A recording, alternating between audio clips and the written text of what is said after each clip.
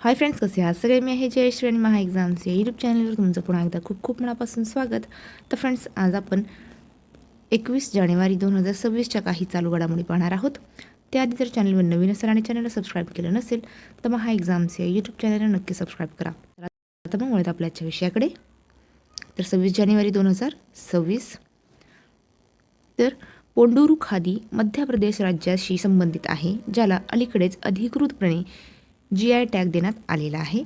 भारतातील जगातील सर्वात मोठा 5G वापरकर्ता आधार उत्तर प्रदेश राज्यात आहे.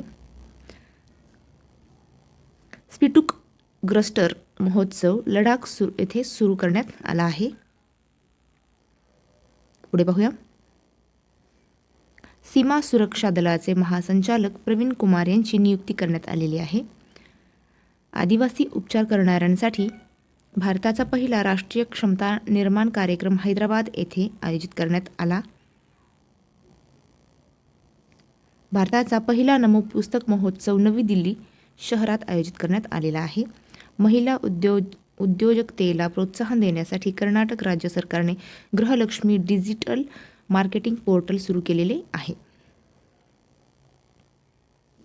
शास्त्रज्ञांनी न्यूझीलंड देशात 300 वर्ष जुना महाकाय काळा कोरल शोधला आहे.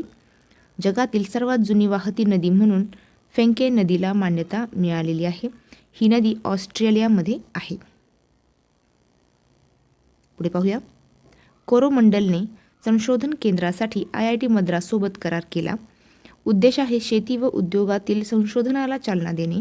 IIT मद्रासने अलीकडे सर्वात हलकी वडी वन व्हीलचेअर देखील विकसित केलेली आहे.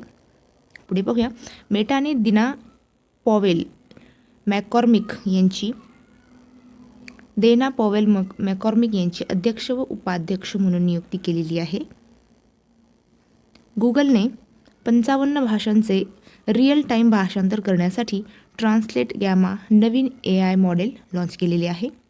तर फ्रेंड्स, थांबूया इथेच. भेटूया पुढच्या व्हिडिओमध्ये. जय हिंद.